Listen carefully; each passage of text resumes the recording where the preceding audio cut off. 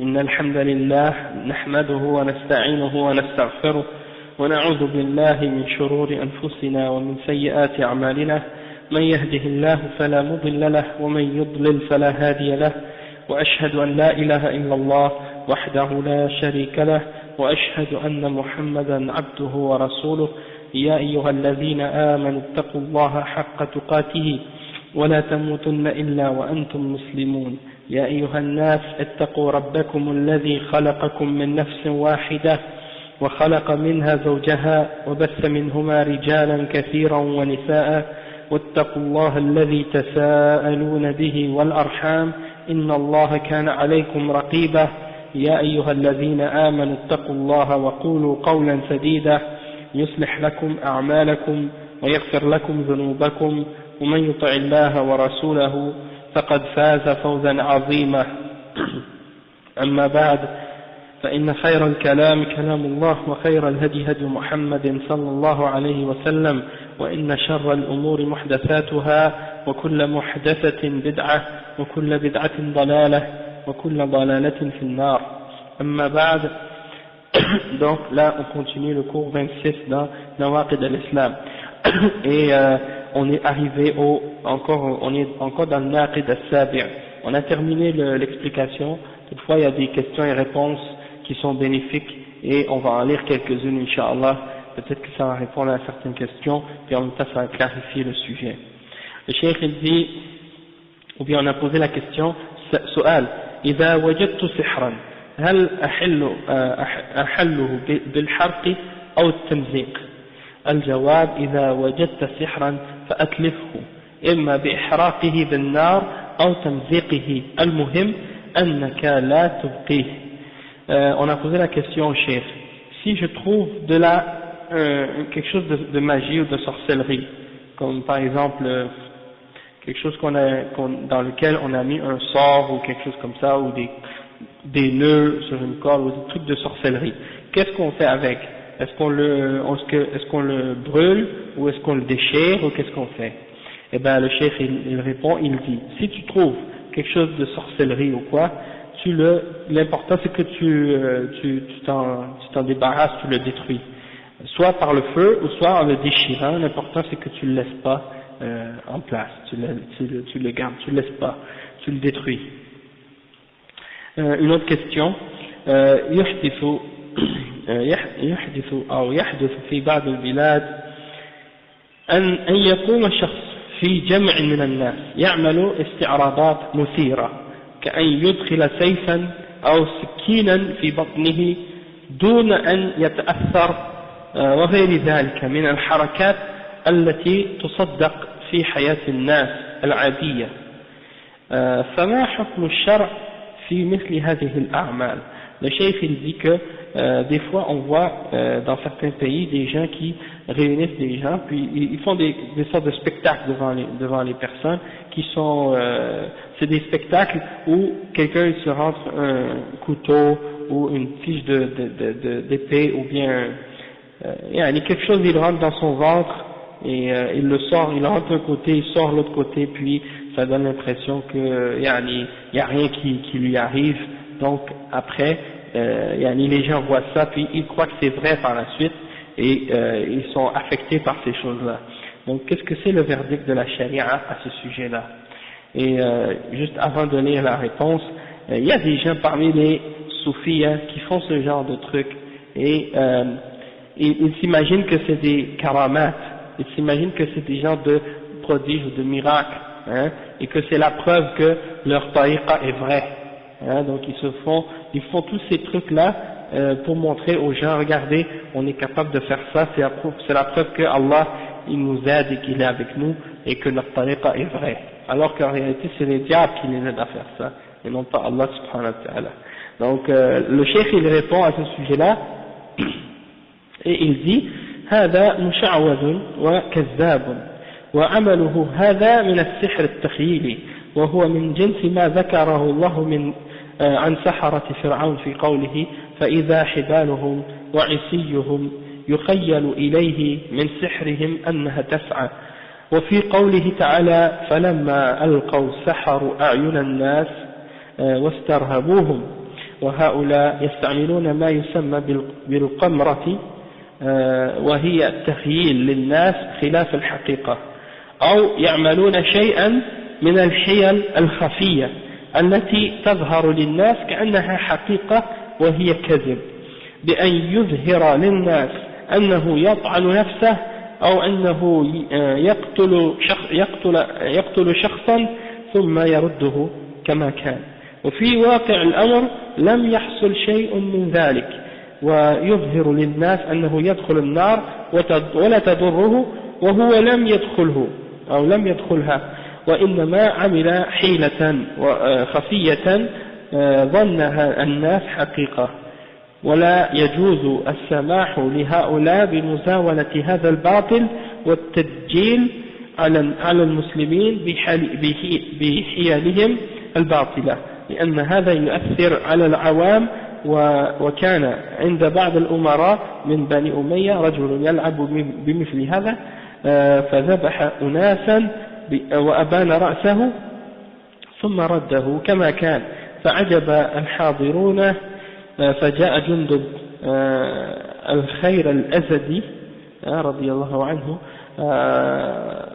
فقتله، وقال إن كان صادقا فليحيي نفسه، ولا يجوز للمسلم أن يحضر هذا الدجل والشعوذة أو يصدق بها، بل يجب إنكار ذلك، ويجب على ولاة المسلمين منعه والتنكير بمن يفعله، ولا سمي لعبا وفنا، فالأسماء لا تغير الحقائق ولا تبيح الحرام، ومثله الذي يظهر للناس أنه يجذب السيارة بشعره أو يعني ينام تحت كفارات السيارة وهي تمشي أو غير ذلك من أنواع التدجيل والتخييل والسحر.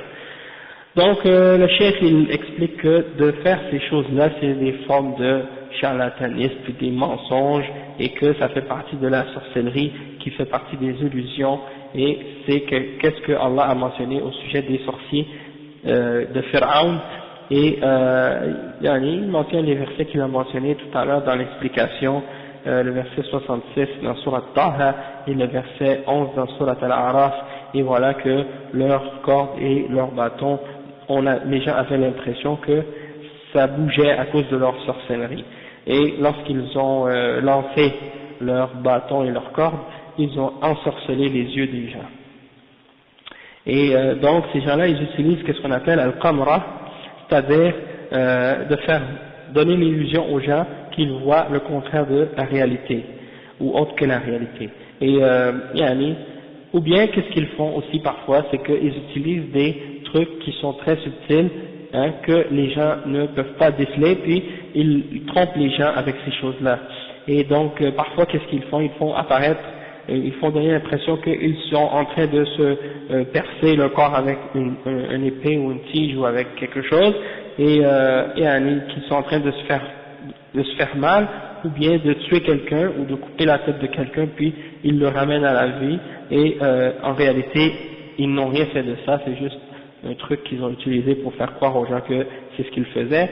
Et donc des fois, parfois ils donnent l'impression qu'il rentre dans le feu puis que ça lui fait pas rien, que ça le brûle pas, alors qu'en réalité c'est pas le cas. Ou des fois ils peuvent utiliser l'aide des djinns aussi pour faire des choses comme ça, puis en réalité ils donnent l'impression que c'est eux qui font ça, alors que c'est le djinn qui est en eux, qui rentre en eux, qui leur permet de faire ces choses-là. Et donc c'est des exemples de sorcellerie que les gens utilisent pour tromper les gens. Et le cheikh il dit que c'est pas permis pour les musulmans d'accepter ce genre de pratique et ce genre de choses-là, et c'est des choses qui affectent les musulmans en général, les musulmans ordinaires qui ne connaissent pas toujours l'islam. Quand ils voient ça, ils vont croire en ces choses-là, et ça peut avoir un mauvais effet sur eux et sur leur croyance. Et il donne l'exemple de tout à l'heure qu'on a donné à propos de Jundub ibn Ka'b, qui avait tué le sorcier puis qui lui avait dit par la suite essaie de te refaire revivre toi-même si tu es véridique. Et donc le cheikh il a donné cet exemple-là, puis il montre que le musulman n'a pas le droit non plus d'assister à ce genre de truc-là, et que ça fait partie de sha'wada. Et il n'a pas le droit non plus de croire en ce genre de choses-là. Et il doit dénoncer ces choses-là et les rejeter. Et il dit que les dirigeants musulmans doivent interdire, c'est-à-dire les autorités doivent interdire ces choses-là et punir ceux qui les pratiquent. Même si on l'appelle des jeux ou des tours ou des trucs artistiques ou autres. Tout ça c'est interdit. Et le fait qu'on donne à ces choses-là d'autres noms, ça ne change pas la réalité de ces choses-là. Et ça ne rend pas halal qu'est-ce qui est haram. Donc il dit la même chose pour ceux qui tirent les voitures avec des cheveux ou qui laissent passer des voitures sur eux, hein, ils se couchent par terre et les voitures passent sur eux puis ça leur fait rien. Il dit tout ça fait partie des formes de sihr et d'illusions et de choses de ce genre, donc c'est pas permis. Après il y a une autre question. سؤال الذين يأتون إلى الألعاب البهلوانية وغيرها التي تعتمد على السحر يكفرون وهم لا هل الذين يأتون إلى الألعاب البهلوانية وغيرها التي تعتمد على السحر يكفرون وهم لم يرضوا بها.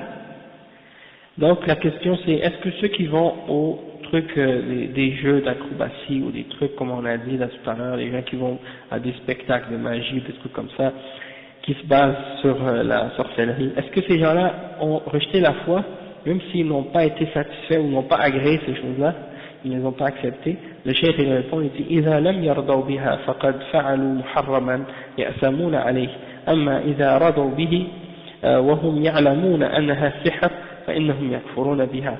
Le cheikh il répond et il dit s'ils n'ont pas été satisfaits de ces choses-là, hein, ils n'ont pas agréé, ils ont fait quelque chose, dans ce cas-là ils ont fait quelque chose de haram et c'est sûr qu'ils ont fait un péché. Toutefois, s'ils ont été satisfaits de ces choses-là alors qu'ils savent que c'est de la sorcellerie, alors là dans ce cas-là ils deviennent kuffar à cause de ça.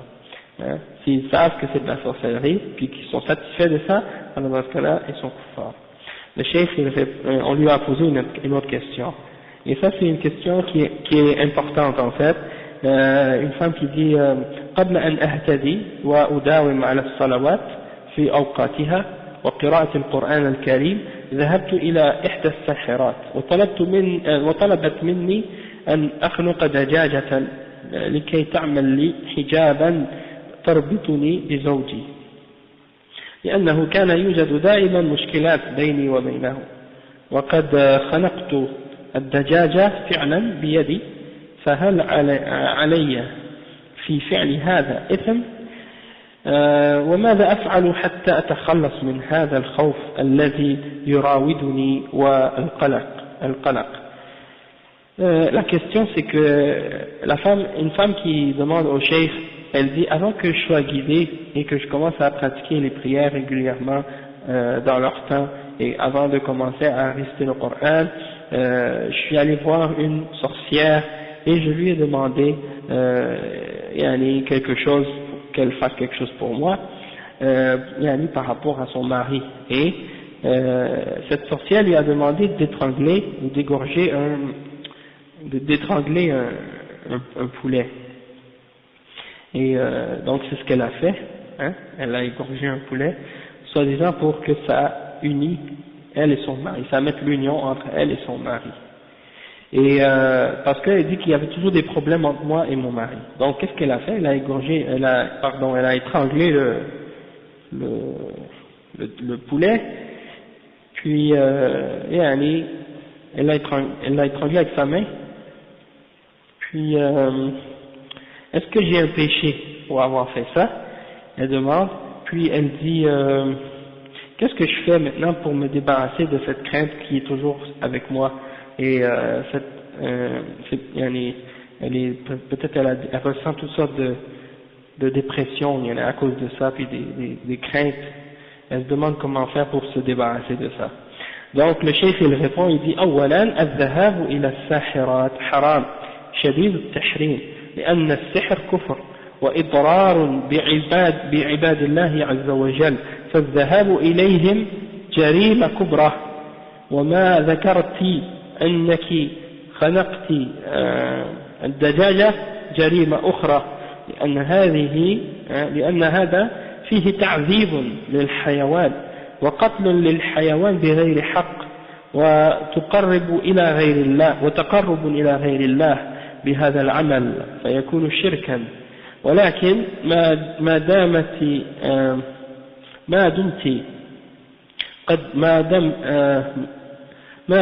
قد تبت إلى الله سبحانه وتعالى توبة صحيحة فما سبق منك يغفره الله سبحانه وتعالى ولا تعودي إليه في المستقبل والله تعالى يغفر لمن تاب. ولا يجوز للمسلمين أن يتركوا السحرة يزاولون سحرهم بين المسلمين، بل يجب الإنكار عليهم ويجب على ولاة أمور المسلمين قتلهم وإراحة المسلمين من شرهم.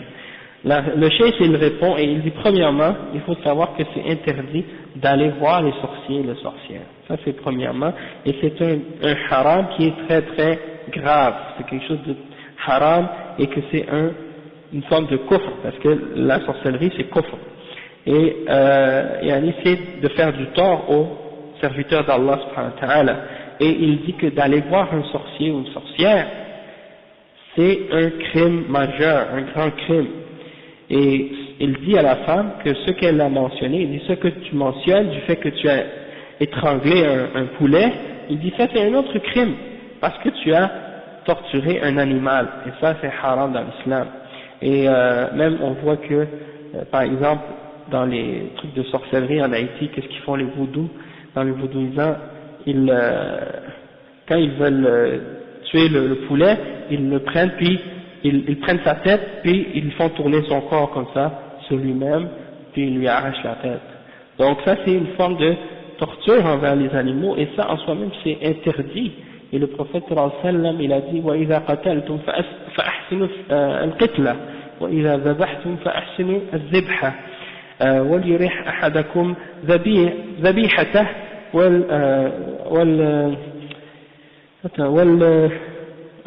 وَلْيَحِدْ أَحَدُكُمْ شَفْرَتَهُ وَلْيُرِحْ ذَبِيحَتَهُ. Ça veut dire que quand on tue dans l'islam, il faut tuer d'une façon qui est bonne, mais pas pour faire souffrir. Et donc le prophète sallallahu alayhi wa sallam a dit qu'il faut aiguiser la lame, bien aiguiser, puis de sacrifier l'animal d'une façon pour que l'animal ne ressente pas de souffrance lorsqu'on le fait. Et donc c'est pour dire que ces gens-là, ils font un tort à l'animal en plus du fait qu'ils la torturent en l'étranglant, et en plus de ça, ils le tuent, ils le sacrifient pour autre que Allah subhanahu wa ta'ala. Donc c'est une façon de se rapprocher à autre que Allah, et donc c'est shirk en soi. Et donc tout ça c'est des péchés un par-dessus l'autre que cette femme a accumulé. Et le cheikh il répond par la suite, il dit à la femme, étant donné que tu t'es repenti et que tu t'es repenti d'une repentance sincère, Allah subhanahu wa ta'ala va te pardonner pour tout ce que tu as fait auparavant, mais ne recommence pas, ne retourne pas à ces choses-là dans l'avenir. Allah pardonne à toute personne qui se repentit, et il dit qu'il n'est pas permis pour les musulmans de laisser les sorciers pratiquer leur sorcellerie parmi les musulmans, et qu'il est obligatoire de dénoncer et de rejeter ce genre de choses-là, et que les dirigeants musulmans doivent les faire exécuter, puis purifier ou amener le repos aux musulmans dans leur société, pour qu'ils soient épargnés de qu'est-ce qu'ils ont de mal pour les musulmans. سؤال ما رأيكم بفتح عيادات متخصصة للقراءة؟ جواب: ما كان هذا من عمل السلف، أنهم يفتحون دورا أو يفتحون محلات للقراءة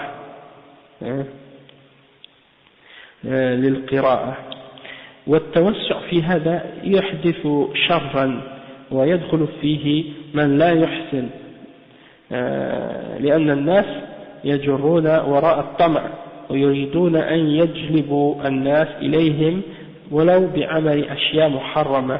Le cheikh il répond, il dit quelle est votre opinion au sujet de ceux qui ouvrent des endroits comme des trucs de clinique pour qui sont disons spécialisés dans la ruqya et dans la lecture des Corans pour les gens qui sont soi-disant ensorcelés. Et le cheikh il dit que les salafs ils faisaient pas ça, ils ouvraient pas des cliniques ou des endroits, des commerces ou des magasins pour réciter le Coran sur les gens. Il dit ça amène beaucoup de gens, ça ouvre la porte à beaucoup de mal, hein, ça ouvre la porte à beaucoup de mal, et il dit que ça peut même amener qu'il y a des gens qui savent pas comme il faut, comment faire ces choses-là comme il faut, puis il y a des gens qui courent derrière l'argent seulement, juste pour faire de l'argent, et donc ils vont essayer d'attirer le monde à venir vers eux, même en faisant des choses haram, hein. Et donc parfois c'est ça ce qui arrive, c'est que c'est des sorciers qui s'improvisent comme étant des gens qui font le ruqya, et ils utilisent toutes sortes de formes de sihr, puis ça devient des choses qui sont répandues par la suite, donc c'est très dangereux en fait à la fin. Et donc on a terminé donc les questions par rapport avec le sihr dans ce chapitre-là à propos de Naqid al-Sabi', le 7e Naqid, parmi les points de ce qui annule l'islam d'une personne. Maintenant on va commencer le 8e Naqid al-Thamin, le 8e parmi les choses qui annulent l'islam d'une personne. Et le cheikh il mentionne ce point, c'est قال رحمه الله, قال الشيخ محمد عبد الوهاب رحمه الله: الثامن مظاهرة المشركين ومعاونتهم على المسلمين، والدليل قوله تعالى: ومن يتولهم منكم فإنه منهم إن الله لا يهدي القوم الظالمين. Le cheikh il explique que le cheikh Mohammed Abdul Wahhab il a mentionné comme 8e point parmi ce qui annule l'islam de l'individu le fait de supporter les mushrikines contre les musulmans et de les aider contre les musulmans. Et ça c'est la preuve de ça, c'est le verset 51 dans sourate Al-Ma'idah: وَمَنْ يَتَوَلَّهُمْ مِنْكُمْ فَإِنَّهُ مِنْهُمْ إِنَّ اللَّهَ لَا يَهْدِي الْقَوْمَ الظَّالِمِينَ. Quiconque les prend pour alliés parmi vous, alors il est un des leurs, hein, et Allah ne guide pas les peuples injustes. Donc on va expliquer maintenant ce point-là avec les paroles du Cheikh Salih Al-Fawzan pour clarifier qu'est-ce qui a rapport avec ce sujet. Le Cheikh il dit قال الشيخ رحمه الله: أخذ نوعا واحدا من أنواع موالاة الكفار وهو المظاهرة، وإلا فالموالاة تشمل المحبة بالقلب ومظاهرة المشركين على المسلمين والثناء والمدح للكفار إلى غير ذلك، لأن الله سبحانه وتعالى أوجب على المسلمين معاداة الكفار وبغضهم والبراءة منهم، وهذا ما يسمى في الإسلام بباب الولاء والبراء. Donc le cheikh explique que le cheikh Mohammed Abdul Wahhab a choisi une catégorie parmi les catégories de ce qu'on appelle muwalat al-kuffar, le fait de prendre pour allier les kuffars, parce que sinon il y a plusieurs catégories. Là il a mentionné une d'entre les catégories de muwalat, c'est-à-dire al-muzahara, c'est-à-dire de donner le support aux mushrikines contre les musulmans. Et c'est une catégorie parce qu'il y en a beaucoup d'autres catégories. Le fait d'aimer les kuffars avec le cœur, hein, pour leur mécréance, ça c'est une forme de muwalat. Hein. Le fait de les aider d'aider les mushrikines contre les musulmans, ça c'est une forme de muwalat. As-sana, de les glorifier et de dire du bien d'eux, hein, c'est une forme de muwalat. Et il y a beaucoup de formes de muwalat, d'accord? Mais bien entendu, il y a différentes catégories de muwalat. Il y en a qui sont kufr, qui font sortir de l'islam. Il y en a qui sont pas kufr, qui font pas sortir de l'islam, mais qui sont simplement haram. Et il y a des choses qui ont rapport avec le fait qu'on ait des interactions avec les kuffars qui ne font pas du tout partie de al-muwalat et qui sont permises. Hein. Et ça, il faut distinguer entre ces catégories-là pour pas tomber dans des extrémismes. Hein. Ni dans un côté de l'extrémisme, ceux qui exagèrent et qui veulent dire qu'on ne peut pas avoir aucun rapport avec les kuffars et les mushrikines, et l'autre extrême de ceux qui disent non, on est tous des frères, puis il n'y a pas de différence entre le musulman et le kafir, etc. C'est l'autre extrême. On a parlé de ça quand on a parlé du troisième naqid. Ok, mais le cheikh dans ce point-là, il répète certains points, encore une fois, puis on va voir un petit peu de quoi il s'agit.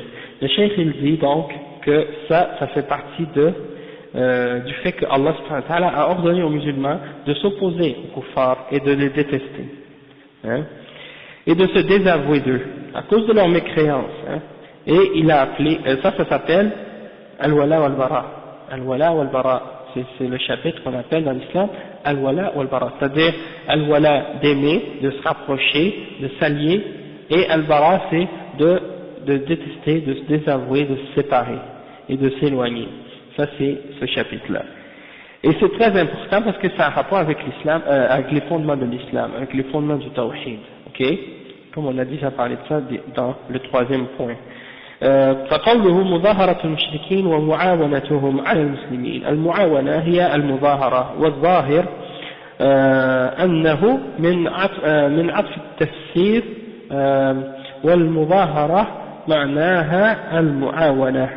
Donc le chef explique que al-mudahara, ça veut dire l'aide, d'aider, de supporter, de venir en aide. Ok, et il dit ثم استدل رحمه الله بالآية يا أيها الذين آمنوا لا تتخذوا اليهود والنصارى أولياء بعضهم أولياء بعض ومن يتولهم منكم فإنه منهم إن الله لا يهدي القوم الظالمين. فقوله تعالى ومن يتولهم منكم فإنه منهم دليل على كفر من فعل ذلك، لأن ظاهر قوله تعالى فإنه منهم أي فهو مثلهم في الكفر.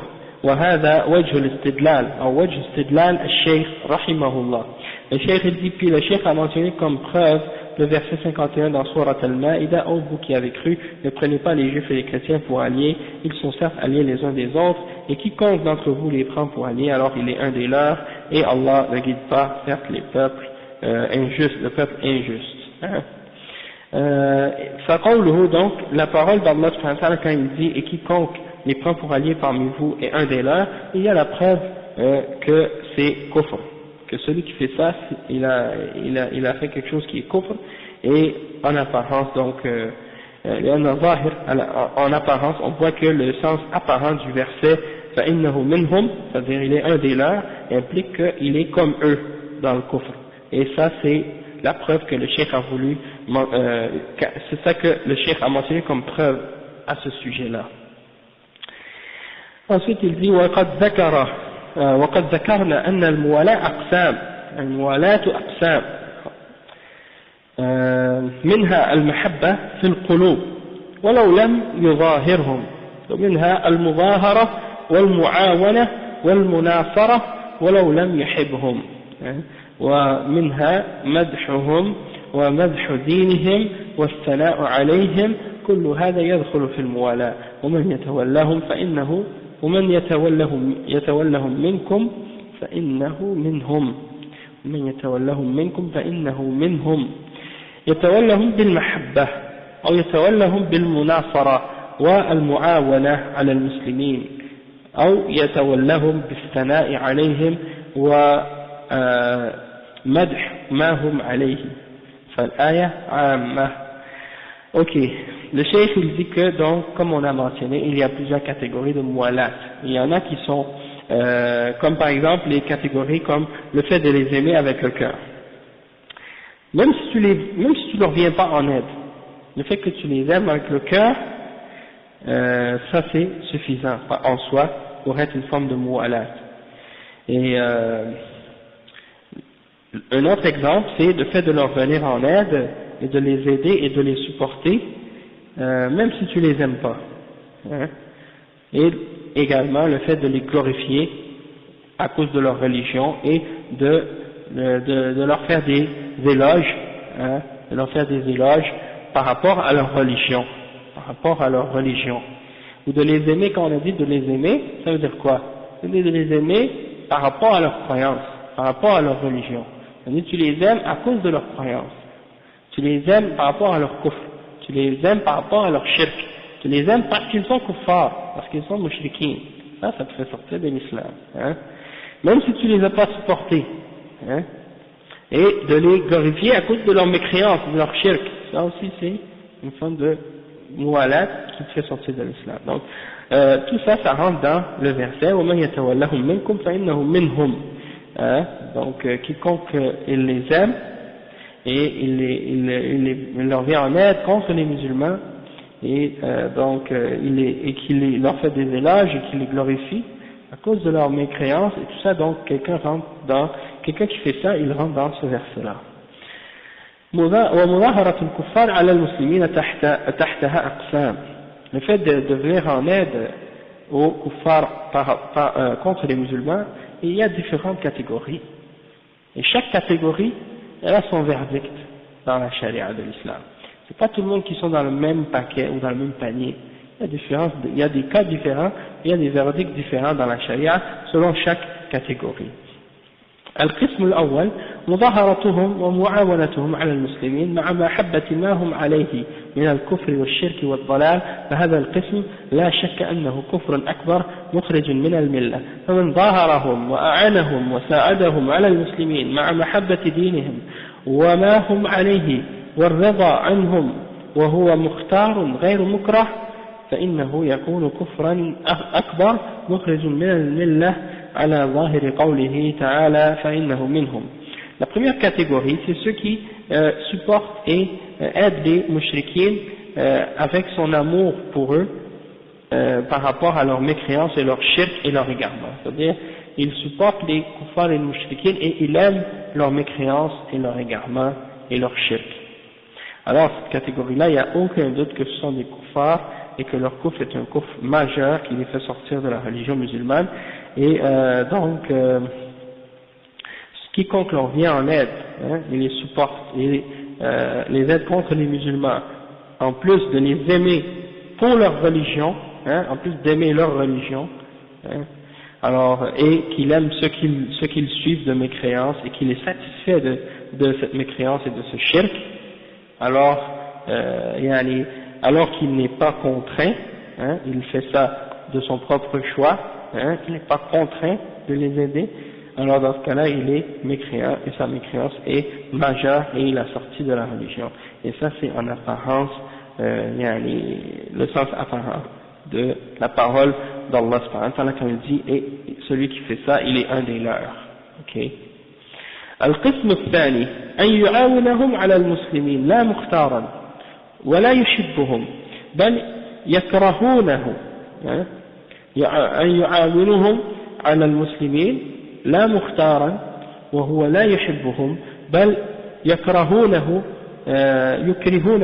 على ذلك بسبب إقامته بينهم فهذا عليه وعيد شديد يخشى عليه من الكفر المخرج من الملة وذلك أن المشركين لما أكرهوا جماعة من المسلمين يوم بدر على الخروج معهم لقتال المسلمين فإن الله سبحانه وتعالى أنكر عليهم ذلك حيث أنهم تركوا الهجرة وبقوا مع المشركين وعرضوا أنفسهم إلى ما وقعوا فيه من إكراههم على الخروج مع أنهم يبغضون دين الكفار ويحبون دين المسلمين ولكن بقوا في مكة شحا بأموالهم وبلدهم وأولادهم لا عن محبة للكفار أو محبة لدينهم فأنزل الله تعالى إن الذين توفاهم الملائكة ظالمي أنفسهم قالوا فيما كنتم يعني مع أي فريق كنتم فهذا استنكار يعني لماذا كنتم مع المشركين وأنتم مسلمون قالوا كنا مستضعفين في الأرض ما لنا حيلة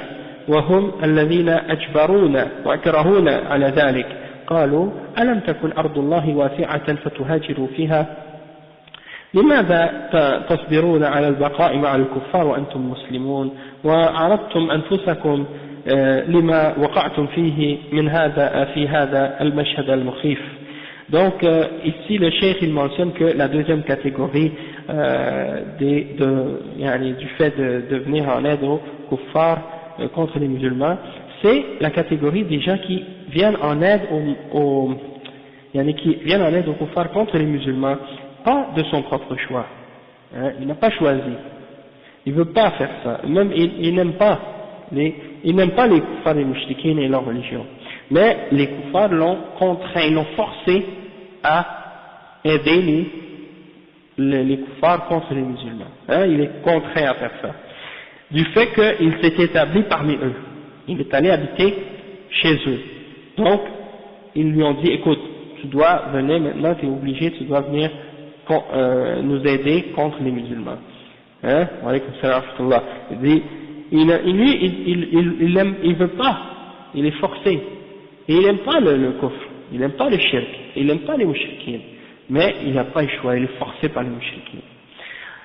Parce qu'il s'est établi parmi eux. Donc celui-là, le cheikh il dit, celui-là il est sous une menace très dure. Hein? Il est sous une menace sévère. Et on craint pour lui qu'il soit dans le kufr qui fait sortir de l'islam. On craint pour lui qu'il soit dans ça. Il est sous une menace très sévère. Et l'explication de ça, c'est que il y avait un groupe des musulmans à l'époque du prophète sallallahu alayhi wa sallam qui avait été contraints par les mouchriquines de participer à la bataille de Badr contre les musulmans. Ok? À l'époque du prophète sallallahu alayhi wa sallam, les mouchriquines ont dit à un groupe de musulmans qui étaient à Mecca, qui n'avaient pas fait le hijra, venez avec nous pour combattre les musulmans. Et ils étaient contraints, ils n'avaient pas le choix. Hein? Donc, ils sont sortis avec les mouchriquines pour combattre les musulmans. Alors Allah subhanahu wa ta'ala a réprimandé ces musulmans-là du fait qu'ils avaient abandonné la hijra. Ils avaient abandonné la hijra. Et ils étaient restés avec les mouchriquines, et donc ils se sont, disons, mis dans l'embarras et dans la situation où ils ont été contraints à sortir avec les mouchriquines contre les musulmans alors qu'ils détestent la religion des kuffars et qu'ils aiment les musulmans. Mais, étant donné qu'ils sont restés à Mecca parce qu'ils étaient avares pour leurs biens et pour leur pays et pour leurs enfants, hein, comme c'est rapporté par Al-Bukhari, selon Abdullah ibn Abbas, donc, à cause de ça, pas parce qu'ils aimaient la religion des kuffars, pas parce qu'ils aimaient les kuffars, mais parce qu'ils aimaient leurs biens et leurs maisons et leurs enfants, hein, et ils sont restés à Mecca. À cause de ça, Allah a descendu le verset dans Surat An-Nisa, le verset 97 à 99, dans Al-Qur'an, à ce sujet-là, c'est-à-dire au sujet des gens qui avaient abandonné la hijra.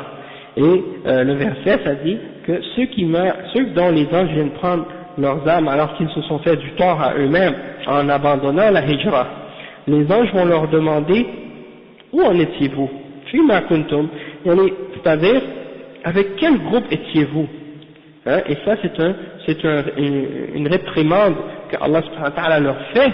Pourquoi étiez-vous avec les mouchriquines alors que vous êtes musulmans? Eh bien, ils répondent, nous étions faibles sur la terre, hein, on n'avait pas de moyens, on n'était pas capable de partir, hein, ça c'était leur excuse. Et ils disent, on nous a forcés, ils nous ont contraints à sortir avec eux. Alors, Allah subhanahu wa ta'ala, il dit, Qalu, les anges ont répondu, n'est-ce pas que la terre était assez vaste pour que vous puissiez faire la hijra et partir ailleurs pour adorer Allah subhanahu wa ta'ala? Et pour, le cheikh il explique, il dit, pourquoi avez-vous enduré le fait de rester avec les kuffars alors que vous êtes musulmans, et vous vous êtes mis vous-même dans l'embarras, hein? Pourquoi vous vous êtes mis dans cette situation épeurante, yani? Le cheikh il continue, il dit fa'ulaika, il mentionne le verset fa'ulaika ma'wahum jahannam wa sa'at masira, hein? Et donc il dit, et ceux-là leur destination sera l'enfer, et quelle mauvaise destination. Et ça c'est une menace très sévère pour eux. إلا المستضعفين من الرجال والنساء والولدان لا يستطيعون حيلة ولا يهتدون سبيلا فأولئك عسى الله أن يعفو عنهم وكان الله عفوا غفورا. Donc il mentionne la suite du verset, excepté ceux qui étaient réellement faibles et qui, parmi les hommes, les femmes et les enfants, et qui ne trouvaient pas de moyens et qui ne pouvaient pas se diriger, hein, pour trouver un chemin pour aller faire la hijra, alors ceux-là, Allah subhanahu wa ta'ala va leur pardonner, et Allah est certes compatissant et pardonneur. Ça c'est le verset 97 et 99 dans Surat An-Nisa. Le Cheikh dit فالذي ترك الهجرة وهو يستطيع ولم يهاجر وبقي يسكن مع المشركين وأخرجوه معهم لقتال المسلمين فهذا عليه وعيد شديد إلا المستضعفين من الرجال والنساء والولدان فهؤلاء معذورون في بقائهم لأنهم لا يستطيعون الهجرة والله جل وعلا يقول لا يكلف الله نفسا إلا وسعها. Donc le cheikh dit quiconque a abandonné la hijra alors qu'il est capable de la faire et qui n'a pas fait la hijra, n'a pas quitté le pays des kuffars pour aller vivre avec les musulmans et qui est resté avec les mouchriquins, hein, et que les mouchriquins l'ont forcé à sortir pour combattre les musulmans, alors il est sous une sévère menace, excepté ceux parmi les musulmans qui sont vraiment faibles, parmi les hommes, les femmes et les enfants. Alors ceux-là sont excusés du fait qu'ils restent parmi les mouchriquins et les kuffars parce qu'ils ne sont pas capables de faire la hijra. Et Allah, Jalla wa Ala, il ne met pas sur une âme une charge qui est plus lourde que ce qu'elle peut porter. Hein? Donc ça c'est l'explication à propos de cette deuxième catégorie-là. Al-Qism al-Thalith, la troisième catégorie, من يعين الكفار على المسلمين وهو مختار غير مكره مع بغضه لدين الكفار وعدم الرضا عنه فهذا لا شك أنه فاعل لكبيرة من كبائر الذنوب ويخشى عليه من الكفر. Le cheikh il donne la troisième catégorie, c'est la catégorie de celui qui aide les kuffars contre les musulmans et il le fait par son propre choix sans être contraint. Toutefois il déteste la religion des kuffars et il n'est pas satisfait de leur religion. Celui-là, il n'y a pas de doute qu'il fait un grand péché parmi les grands péchés et on craint qu'il fasse quelque chose qui est kufr. Mais ils ne sont pas de l'islam. D'accord?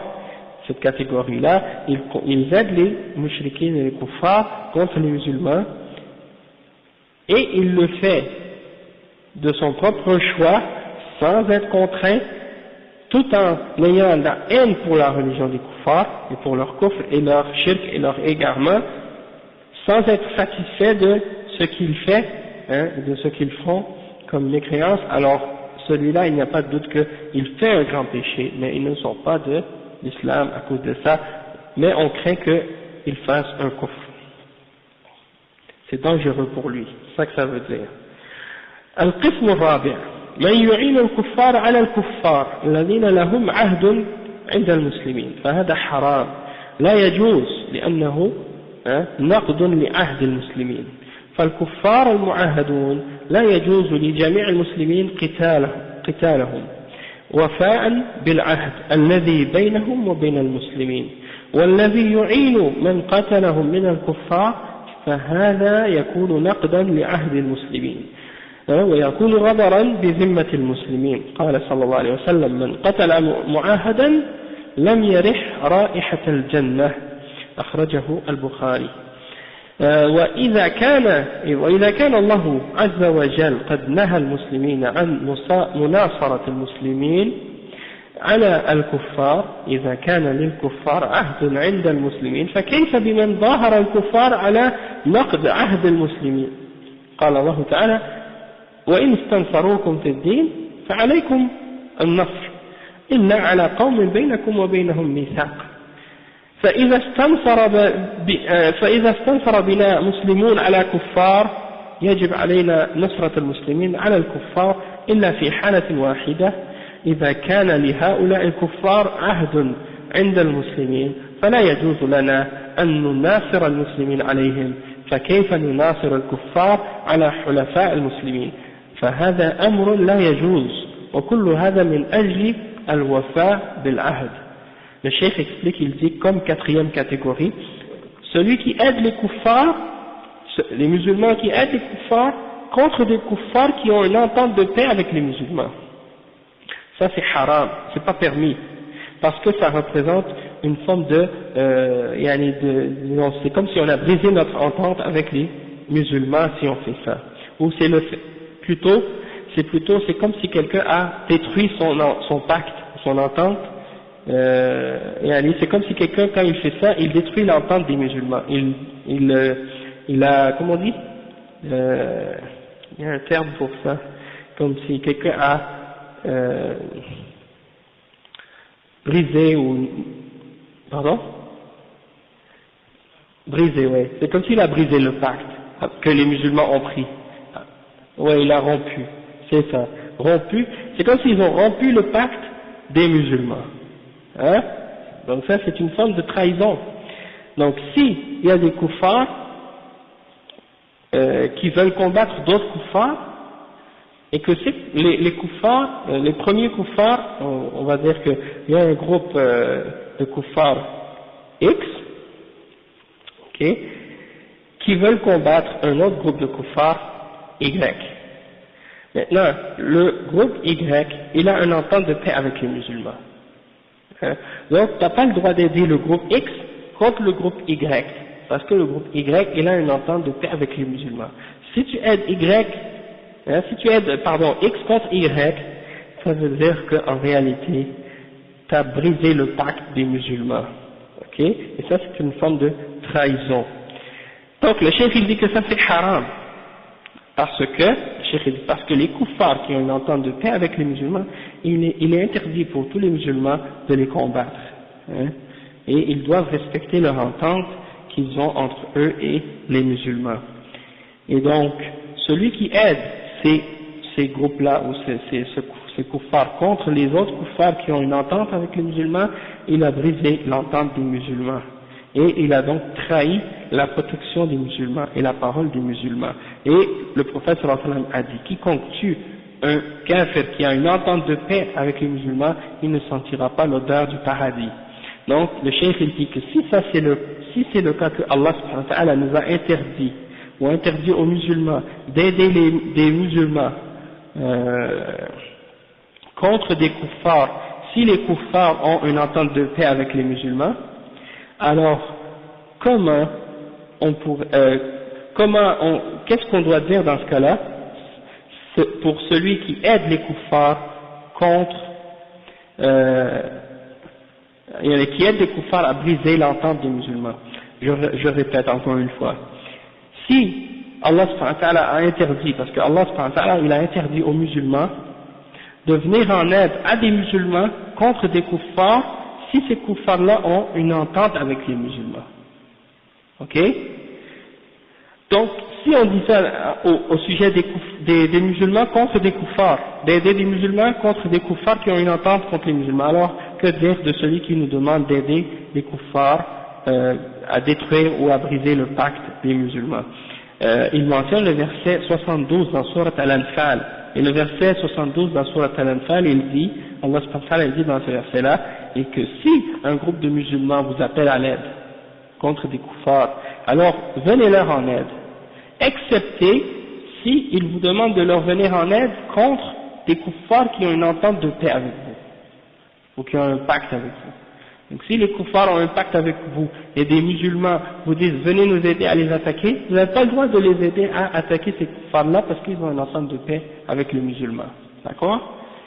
Et le chef il dit donc que nous devons venir en aide aux musulmans contre les koufars, et ça c'est obligatoire d'aider les musulmans contre les koufars, excepté dans un cas. C'est le cas qu'on a mentionné. Le cas d'exception, c'est le cas où ces koufars-là ont une entente avec les musulmans, donc c'est pas permis pour nous de leur venir en aide contre eux. Alors qu'est-ce qu'on dirait dans ce cas-là? Donc comment venir en aide à des koufars contre des gens qui ont une entente avec les musulmans parmi les koufars? Donc ça c'est une chose qui n'est pas permise, et tout ça c'est dans le but de garder notre parole et notre entente. Et ça nous montre à quel point l'islam met de l'importance au sujet de garder notre parole et garder notre entente. Aujourd'hui, c'est rendu que plus personne ne respecte sa parole. Et c'est comme si on dirait que pour certains musulmans, le fait d'avoir une parole, c'est quelque chose qui n'est pas important dans l'islam. C'est comme si on dirait que notre parole n'a plus aucune importance, plus aucune valeur. Pour certains musulmans, c'est devenu comme ça. Et maintenant c'est quelque chose qui est devenu, disons, accepté maintenant chez certains kuffars même chez les musulmans entre eux, que la parole du musulman elle n'a pas de valeur. Quand un musulman donne sa parole, il y en a souvent ils disent ah c'est des menteurs. Il y en a qui vont même penser que certains musulmans c'est des menteurs. Là, ceux-là ils mentent tout le temps ou des trucs comme ça. Donc ça c'est parce qu'on a perdu disons le sens de l'importance de l'entente et de notre parole et de notre entente et de notre parole. La parole même chez les Arabes avant l'islam, dans la Jahiliya, c'était quelque chose de sacré, la parole. Si un Arabe disait à quelqu'un je veux faire ça, il doit le faire. Et pour eux c'était la honte s'il ne respecte pas sa parole. C'était considéré comme il perd toute sa valeur, tout son honneur s'il ne respecte pas sa parole. Donc l'islam il est venu, puis il a renforcé cette valeur-là, cette idée-là, de l'importance de respecter sa parole. Maintenant, c'est rendu comme si le contraire, que les musulmans trichent, il y a des musulmans qui trichent, il y a des musulmans qui volent, il y a des musulmans qui mentent tout le temps, il y a des musulmans qui font des fausses déclarations, plein de trucs de ce genre. Et c'est rendu que les gens prennent ça à la légère. Et ils s'imaginent que, parce que c'est vis-à-vis des non-musulmans, vis-à-vis des kuffars, que ça c'est correct. Parce que c'est des kuffars. On a le droit de leur mentir. On a le droit de les trahir. Et ça c'est tout à fait faux. L'islam nous a enseigné de respecter notre parole, même contre des kuffars. Et le prophète sallallahu alayhi wa sallam, il était connu comme étant quelqu'un qui respecte sa parole.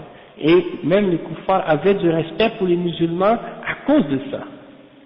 Les kuffars avaient du respect pour les musulmans à cause de ça. Quand le musulman il disait ça y est, vous avez notre parole, pour eux c'était comme ah, c'est notre ennemi, mais c'est un ennemi qui, les kuffars ils disaient les musulmans sont nos ennemis, c'est un ennemi à qui on peut faire confiance, parce que c'est un ennemi qui respecte sa parole. Tandis qu'aujourd'hui, on a perdu cette valeur-là malheureusement, ou pas tous, mais beaucoup de musulmans ont perdu cette caractéristique-là. Donc c'est quelque chose qu'on doit travailler pour faire redonner à ce principe-là de l'islam toute sa valeur, Inch'Allah, en travaillant sur nous-mêmes, puis en essayant de faire comprendre aux musulmans l'importance d'être véridique et d'être sincère et de respecter sa parole. القسم الخامس, la cinquième catégorie, هو مودة الكفار ومحبتهم, يعني من غير إعانة لهم على المسلمين. هذا نهى الله عنه ونفى عن صاحبه الإيمان. قال الله جل وعلا لا تجد قوما يؤمنون بالله واليوم الآخر يوادون من حاد الله ورسوله ولو كانوا آباءهم أو أبناءهم أو إخوانهم أو عشيرتهم أولئك كتب في قلوبهم الإيمان. وكان juste avant d'expliquer ça, le point quand on a mentionné le point numéro 3, ou l'exemple, la catégorie numéro 3, les gens qui aident les kuffars contre les musulmans qui aident les kuffars contre les musulmans de leur propre gré, alors qu'ils détestent les kuffars, les mushrikines, et qu'ils n'est pas satisfait de leur religion, et qu'il n'est pas kafir. La preuve de ça, c'est l'exemple de Hatib ibn, j'ai oublié son nom. En tout cas, Hatib, il a envoyé une lettre aux mushrikines de Mecca pour leur dire que le prophète sallallahu alayhi wa sallam allait les attaquer, allait venir prendre la Mecque. Et le prophète sallallahu alayhi wa sallam a fait venir Hatib et il lui a dit, oh Hatib, pourquoi tu as fait ça? Et Hatib a dit, oh messager d'Allah, j'ai pas fait ça parce que j'aime les mouchriquines et que je voulais quitter l'islam, mais je sais que les sahaba, ils ont des gens à Mecca qui protègent leurs biens et leurs demeures, et moi j'ai personne à Mecca pour protéger mes biens et ma famille, donc je cherchais en faisant ça à avoir quelqu'un qui va protéger mes intérêts à Mecca. Donc il a fait ça uniquement pour la dunya, pas parce qu'il aime le kufr ou le shirk et les mouchriquines. Et le prophète sallallahu alayhi wa sallam il a dit vrai, et à cause de ça, il a accepté son excuse, parce que ce qu'il a fait, il y avait deux possibilités. soit qu'il fait ça parce qu'il déteste l'islam et parce qu'il aime les mouchriquins et qu'il veut aider les mouchriquins contre l'islam, ou soit qu'il fait ça pour quelque chose de la dunya, hein, et non pas parce qu'il aime les kuffars et les mouchriquins et la religion. Et il a expliqué sa raison, il a donné une explication, et le prophète sallallahu alayhi wa sallam a vu que ça faisait du sens et que c'était acceptable comme excuse, et donc il a accepté cette excuse-là de sa part. De plus, Hatib, il n'a pas essayé de se faufiler, ou de nier, ou de essayer de trouver des fausses excuses qui sont fausses, ou de donner des fausses explications, non. Il a dit la réalité, la vérité. Hein, et le prophète sallallahu alayhi wa sallam a vu que c'était une explication qui était valable, et qui était acceptable. Et donc il lui a dit, d'accord, tu as dit vrai, et il l'a laissé en liberté. Et donc ça c'est la preuve que d'aider les kuffars, les kuffars contre les musulmans, sans que ce soit pour leur religion, ou par amour pour leur kufr, leur shirk ou leur égarement, ça ne fait pas sortir quelqu'un de l'islam. Ça c'est important bien de comprendre ça.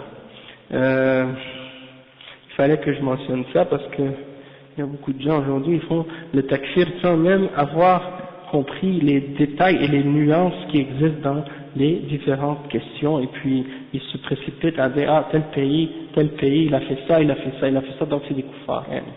Ils font 1 plus 1 égale 2, puis ils savent pas que c'est pas aussi simple que ça.